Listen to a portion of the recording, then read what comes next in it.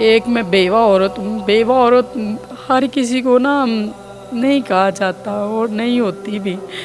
मैं तो कहती जो इंसान बेवा का लफ्ज़ है ना वो किसी को ना मिले। मैंने हाथ लगाने नहीं दिया। मुझे कोशिश करता था, मैंने नहीं कोशिश उसकी कामयाब करने होने दी। भी कोई यही कहता है कि मेरे बिस्तर की जीनत बनो।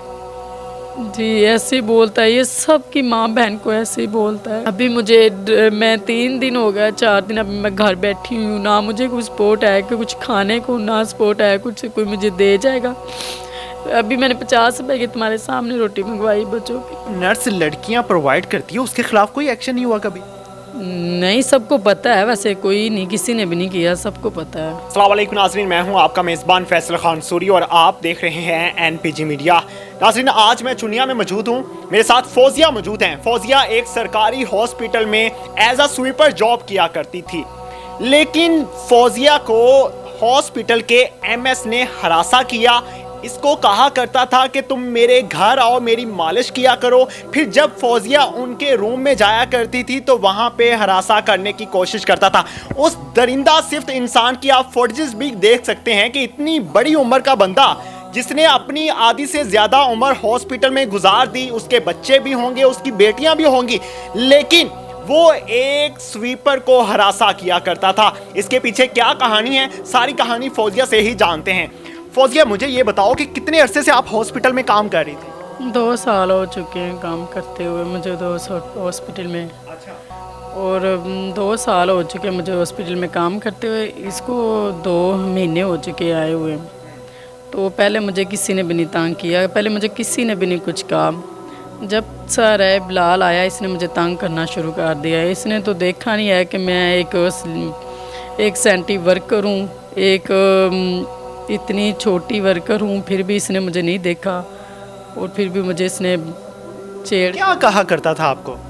मुझे कहता था, मैं एक दिन तपड़ी लगा रही थी गली में, मुझे कहता ना इस स्वीट कितनी प्यारी हो तुम, ये कौन है, किसी को बोल के कहता। और उसने बोला कि फ़ौजिया को ना, कहता ये कौन है, तो उसने बोला कि फ़ौजिया है इसका नाम, कहता इसको ना मेरे रूम में भेजो। तो मैं इसके रूम में गई तो मुझे कहता तुम ये क्यों काम करती हो, इतनी अच्छी हो, तुम मेरे घर आ जाया करो। तो मैंने बोला कि मैंने ना, नहीं सर मैं ये ना शुरू से ये करती हूँ काम, मैं अपने बच्चों को ना इज़्ज़त की रोटी खिलाना चाहती हूँ। एक मैं बेवा औरत हूँ। बेवा औरत हर किसी को ना नहीं कहा जाता और नहीं होती भी। मैं तो कहती जो इंसान बेवा का लफ्ज़ है ना वो किसी को ना मिले। हर किसी का शोहर आबाद ही रहे, हर किसी का। मेरा तो दिल करता है यही, बस दुआ करता है यही कि हर किसी का शोहर ज़िंदा ही रहे। मुझे पता है मैं 3 बच्चे कैसे मैनेज कर ली हूँ, रोटी कैसे उसको खिलाती हूँ। आपके 3 बच्चे हैं? जी मेरे 3 बच्चे। कितने बेटे कितनी बेटियां? एक बेटी है, 2 बेटे हैं। मुझे पता है मैं कैसे अरेंज करती थी अपने बच्चों के लिए, कैसे 2 वक्त की रोटी कमाती थी, कैसे नहीं। उसके बाद क्या हुआ फिर? उसके बाद मैं एक दिन मेडिसिन के साइन करवाने गई। मुझे कहता तुम ना ये छोड़ दो काम, मेरे घर आया करो। तो मैंने कहा नहीं सर मैं ना घर नहीं, मैं यही काम करती हूँ। यही घर क्यों बुला रहा था? घर ये तो मुझे नहीं अभी पता चला था क्यों बुला रहा था। एक दिन मैंने ना मैम की एक की मलाइश करती थी, तो किया करती थी, मिसाज किया करती थी। मसाज किया करती थी, उसको मैं पैसे लेती थी। लड़की थी वो, तो उसने बताया होगा, वो एमएस से अटैच थी, तो उसने बताया कि फ़ौजिया मलाइश कर लेती, इसको ना करवा लिया करो, आप थक जाते हो। तो उसने मुझे बोला कि ठीक है करवा लिया करूँगा। तो उसने एक दिन मैं फिर साइन करवाने की मेडिसिन की, तो मुझे कहता कि फ़ौजिया तुम मेरे घर आना 4 बजे। मैंने कहा ठीक है सर मैं आ जाऊँगी। मुझे नहीं पता था कि इसने ये मुझे बोलना था। मैंने कहा ठीक है, मैं नहीं इसके घर नहीं गई थी। तो दूसरे दिन फिर मुझे कहता तुम मेरे घर क्यों नहीं आई। मैंने कहा कि जी सर क्या काम है, मुझे यहीं पर बता दो। कहता मेरे ना तुम ना बॉडी मलाइश किया करो। तो मैंने कहा नहीं सर मैं औरतों की करती हूँ, मैंने कभी जेंट्स की नहीं की। तो मुझे कहता नहीं आप मुझे प्यारी लगती हो, आप तो बहुत प्यारी हो माशाल्लाह, आपने मेरी मलाइश करनी, मैं तुम्हें ना पक्की नौकरी दिला दूँगा। तो मैंने कहा नहीं सर जी मैंने और जेंट्स की कभी नहीं की, मैंने औरतों की है। तो मुझे इतना परेशान करता था, 2 3 4 दिन दफ़ा इसी तरह उसने लफ्ज़ बोले, इसी तरह तंग करना शुरू कर दिया उसने मुझे। मैं इतना कंफ्यूज हो जाती, इतनी परेशान होती थी, बहुत ज़्यादा ही परेशान होती थी। और मेरा मेरा दिल करता था मैं खुद ही खुशी कर लूँ, ये मुझे तंग ही करना शुरू कर दिया इसने मुझे। बताए कैसे और शोहर के अलावा कैसे ज़िंदगी गुजारते, ये तो औरत को कोई औरत का पता होता है, हर किसी को पता होता है। तो हम तो इतनी मुश्किल से मैं बच्चों का पेट पाल रही थी, ना मैके देते थे ना ससुराल वाले देते थे। बच्चों को कभी 10 रुपए नहीं दिए उन लोगों ने, किसी ने भी नहीं दिए। मैं तो गरीब औरत थी पहले भी। अगर मैंने ये काम करना होता, बॉडी मलैश ही करनी होती, तो फिर मैं घर बैठ जाती, मुझे कचरे उठाने की क्या फ़ायदा था। फिर भी उसने मुझे, मैंने कहा नहीं, मैंने अपने बच्चों को ना हक लाल की रोटी खिलाऊंगी, बच्चों को ना खुद की कमाई करके बच्चों को पालूंगी। मैं सफाई का काम करना शुरू कर दिया। 2 साल मैंने काम किया, 2-3 साल ऐसे ही काम करती रही हूँ। इस दरिंदा सिफ्त एमएस ने कभी आपके जिस्म को हाथ लगाया? नहीं, मैंने हाथ लगाने नहीं दिया। मुझे कोशिश करता था, मैंने नहीं कोशिश उसकी कामयाब करने होने दी। मैं कोशिश करता था। इस तरह से कोशिश करता था। एक दिन उसने मुझे अपने घर भेजा, कुछ चीज़ें लेके भी, कहता फौजिया ये मेरे ना घर दे वो चीज़ें। तो मैं तो मुलाजिम हूँ ना, तो नौकर जो हूँ, तो मैंने कहा ठीक है सर, मैं दे आती हूँ, रख आती हूँ घर पे। तो मैं घर पे रखने गई हूँ तो पीछे मेरे आ गया है, तो मुझे ज़बरदस्ती करने की कोशिश की, तो मुझे हाथापाई करने की कोशिश की, मैं और भाग के आ गई। मैंने अपनी जान छुड़ाई तो मैं आ गई थी उधर से। वहाँ पे कोई नहीं था घर में? नहीं, वो पास ही है घर, उसका फ्लैट में रहते हैं?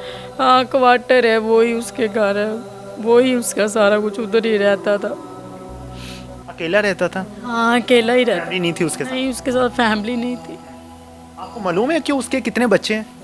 नहीं, ये भी नहीं पता। ये 2 महीने हुए उसको आते हुए, अभी तो उसके 2 महीने हुए हैं। तो बस उसके खिलाफ तो बहुत सारी लोगों ने बातें की, बहुत सारी आवाज़ें नहीं उठाई, तो एप्लीकेशन दी हुई है। किसने बातें की उसके खिलाफ? डॉक्टर सारा थी, उसने भी इसके खिलाफ, उनको क्या कहता था? उसको भी तंग करता था। उसने तो उसके खिलाफ लहाई हुई थी, एप्लीकेशन दी हुई थी, सॉरी। और एक सेंटी वर्कर है, उसने भी दी हुई है, और डॉक्टर सादिया उसने भी दी है। डॉक्टर सादिया ने तो बहुत सारी दी हुई थी इनके। सभी को यही कहता है कि मेरे बिस्तर की जीनत बनो? जी, ऐसे ही बोलता है, ये सब की माँ बहन को ऐसे ही बोलता है। किसी नर्स का उसके साथ कोई रिश्ता था वहाँ पे? जी, मैम का है रिश्ता, ऐसे तल्लुक होते हैं मैम के। और मैं तो एक मजबूर थी काम करने वाली। मुझे कहते थे तुम ये काम ना करो, दफ़ा आ जाओ, तुम यहाँ पर नौकरी ना करो, ये ना करो, वो ना करो। मेरे 3 बच्चे थे, मैं तो बहुत मजबूर थी। एक आपको धमकियाँ भी देता था? वो बहुत ज़्यादा, मैं तुम्हें निकाल दूंगा, ऐसे कर दूंगा, बहुत ज़्यादा करता था। आपने किसी को कभी पहले शिकायत की थी?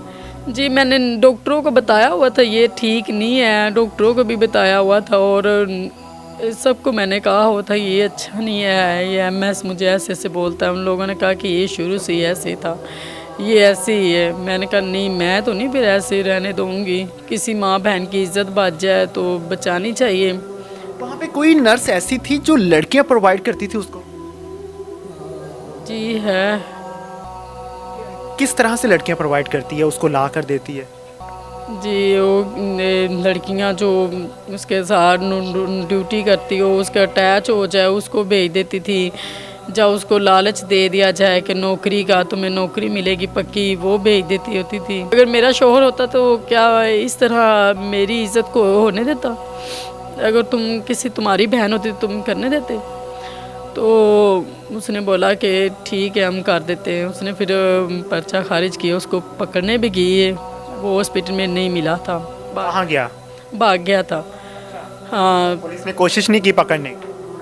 कोशिश की है, पुलिस ने पकड़, उसके पीछे नहीं भागी? गई थी एक दफ़ा, वो नज़र ही नहीं आया, 4-3 दफ़ा तो गायब रहा है। तो एक उसने अब करवा ली, उसने एफ जारी करा ली है कि 13 तारीख हमारी पड़ी है अभी। तो मैं तो अल्लाह पंजाब से यही रिक्वेस्ट करूँगी कि मैं एक गरीब औरत हूँ, एक बेवा औरत हूँ। बेवा औरत का वही जानता है जो जिसको पता हो, इंसान का साहस हो। तो मैं तो यही कहूँगी कि मुझे इंसाफ मिलना चाहिए। आपके मैके वाले और ससुराल वाले क्यों नहीं आपकी मदद करते, आपका साथ देते? वो कहते हैं हमारे खुद के इतने इतने बच्चे हैं, इतनी महंगाई है, हम क्या करें, हम तुम्हारी सपोर्ट कितनी करें, हम नहीं दे सकते, तुम खुद कमाओ, तुम खुद इतनी अभी जवान, अभी ठीक ठाक हो, तुम खुद अपने बच्चों को पाल पुल के दो। मैंने कहा ठीक है। आपने दूसरी शादी क्यों नहीं की? बच्चों के लिए नहीं ना करते, बच्चों को हर कोई, फिर मैं ये नहीं कहती कि मेरे बच्चों को कोई डांटे, कोई बाप नहीं बनता। ये ना जो होते हैं ना, जिसको बोलते हैं बेगाने बाप, नहीं कभी बनते। मैंने नहीं कभी सोचा हैगा था कि मैं अपने बच्चों को खुद कमा के दूंगी। मैंने ये नहीं कभी सोचा कि मैं शादी करूं। अभी मैं 3 दिन हो गया, 4 दिन अभी मैं घर बैठी हूँ, ना मुझे कुछ सपोर्ट है कि कुछ खाने को, ना सपोर्ट है कुछ कोई मुझे दे जाएगा। अभी मैंने 50 रुपए की तुम्हारे सामने रोटी मंगवाई बच्चों की, तो कैसे हालात हैं मेरे, ये मुझे पता है। मैं तो यही कहूँगी अल्लाह पाकिस्तान से जो सीनियर है उनको यही बोलूँगी कि मेरा इंसाफ करे, मुझे इंसाफ। जिस हॉस्पिटल में आप काम करती थी उसका नाम क्या है? THQ hospital. हॉस्पिटल में और भी लोग ऐसे हैं जो इस तरह के काम करते हैं? जी बहुत सारे लोग हैं, इतनी ज़्यादा हैं काम करने वाले। जो इस तरह का 2 नंबर काम करते हैं नहीं लड़कियों के साथ? नहीं कोई भी नहीं है, ये नहीं कोई काम करता कोई। नर्स लड़कियां प्रोवाइड करती है उसके खिलाफ कोई एक्शन नहीं हुआ कभी? नहीं, सबको पता है, वैसे कोई नहीं, किसी ने भी नहीं किया, सबको पता है। पर मैंने तो आवाज़ उठा ली थी। मैंने कहा मैं तो एक बेवा थी ना, तो मैं अपने बच्चों को इज़्ज़त वाली रोटी खिलाना चाहती थी, बच्चों को अपनी इज़्ज़त वाली देना चाहती थी रोटी, बस मैं ये। फौजिया अभी क्या मुतालबा है आपका, क्या चाहती हो, क्या सज़ा होनी चाहिए उसको? मैं यही चाहूँगी कि मुझे ना वो जो बैठा हुआ उसको यही कहूँगी कि मुझे इंसाफ चाहिए। मैं एक गरीब औरत हूँ, इसको सज़ा मिलनी चाहिए। ये चूनियाँ मेरे नज़र ही नहीं आना चाहिए। मुझे उधर हॉस्पिटल में जॉब मिल जाए और ये इधर नज़र ना आए, बस यही कहूँगी। सबकी इज़्ज़त होती है ना, सब ने आना होता है, सबकी माँ बहन आती है उधर, सब ने आना होता है। सबको ये तो नहीं कि इसको मैं इस्तेमाल करूँ, इसको ना करूँ, सबको तो नहीं किया जाता। बिल्कुल जी, आपने फौजिया की कहानी तो सुन ली। हम अपनी बहनों बेटियों को पढ़ा लिखा कर, या अनपढ़ भी होती हैं, उनकी मजबूरियां होती हैं, वो जाती हैं कहीं भी जॉब करने के लिए, तो हम क्या इसलिए भेजते हैं उनको वहाँ पे जॉब करने के लिए कि हम उन कुत्तों के आगे डाल दें, उन भेड़ियों के आगे डाल दें? क्या ये मकसद होता है हमारा? हमारी बहनों बेटियों को हक नहीं है कमाने का? हमारी बहनों बेटियों को हक नहीं है कि वो अपने बच्चों की कफालत कर सकें अच्छे से? जितने पढ़े लिखे लोग हैं उतनी जाहिलियत ज़्यादा बढ़ती जा रही है। तालीम आम हो तो लोग संजीदा होते हैं अपने काम में, लोग तरक्की की तरफ बढ़ते हैं, लेकिन हमारे जितने पढ़े लिखे लोग हैं वो हवस की तरफ ज़्यादा बढ़ते जा रहे हैं। इसकी क्या वजह है? एक सरकारी हॉस्पिटल में एक नर्स लड़कियां प्रोवाइड कर रही है, किसी ने एक्शन नहीं लिया। एक सरकारी हॉस्पिटल में एक MS एक स्वीपर को हवस का निशाना बनाने की कोशिश कर रहा है, दरिंदगी का निशाना बनाने की कोशिश कर रहा है। अगर यहाँ पे किसी ने एक्शन ना लिया, हो सकता है ये तो छोड़ देंगी वहां से जॉब, लेकिन कोई और लड़की वहां पर आएगी, उसको निशाना बनाएगा अपनी दरिंदगी का। कौन उस टाइम जिम्मेदार होगा? आज हम एक्शन नहीं लेंगे, हमें मालूम है कि कोई एक्शन नहीं लेगा, पुलिस हरकत में नहीं आएगी, पुलिस कहेगी कोई बात नहीं, सुलह कर लो, उसने जमानत करवा ली, बुरी जमानत हो चुकी है वैसे भी अभी, लेकिन पुलिस कोई एक्शन नहीं लेगी, गिरफ्तारी नहीं होगी, ये हमें मालूम है। लेकिन यहाँ पे सवाल ये उठता है कि अगर कोई और बहन बेटी वहाँ पर जाती है जॉब के लिए, तो क्या वो महफूज रहेगी? नहीं रहेगी ना। अगर ये नहीं बच सकी, एक स्वीपर नहीं बच सकी, तो जहाँ पे हमारी वो नर्सेज जाती हैं वो कहाँ महफूज होंगी? पढ़ी लिखी डॉक्टर्स होती हैं वो कहाँ पे महफूज होंगी? एक पढ़ा लिखा शख्स जिसकी बेटियां भी होंगी घर पे, जिसकी इतनी ज़्यादा एज हो चुकी है, जिसके सफ़ेद बाल हो चुके हैं, उसको अभी तक शर्म नहीं आई। इस ठगपन की मिसाल कहीं नहीं मिलती। इसको ठगपन कहेंगे या कुछ और कहेंगे, मुझे अल्फाज भी नहीं मिल रहे। ये हैवानियत की एक नई किस्म है कि आप बुढ़ापे में जा चुके हैं। आप में मैं वो अल्फाज इस्तेमाल करने लगा था कि मुझे भी अफसोस हुआ है कि मैं क्या बोलूँ इस बारे में। मर्द कहलाने के आप लायक नहीं हो और आप इस तरह की हरकतें कर रहे हो। मैं इतना ही कहूँगा कि इस पर सख्त और फिर फौर एक्शन लिया जाए, बजाय इसके कि हमें बाद में अफसोस हो कि किसी के साथ उसने दरिंदगी कर दी है, हवस पूरी कर दी है। इसी के साथ इजाज़त चाहूँगा आपसे और उम्मीद करूँगा कि आप अपनी बहनों बेटियों को ख़ुद महफूज करेंगे, ख़ुद उनकी हिफाजत करेंगे। यहाँ पे एक बात ज़रूर करूँगा कि हमारी औरत मार्च वाली ख़वातीन कहती हैं कि हमें किसी मर्द की ज़रूरत नहीं है, तो देख लीजिए फौजिया की क्या हालत है। फौजिया जिस घर में रह रही है, जिस कमरे में रह रही है, वो कमरा भी टपक रहा है। ये किसी और कमरे में बैठकर मैं इंटरव्यू कर रहा हूँ।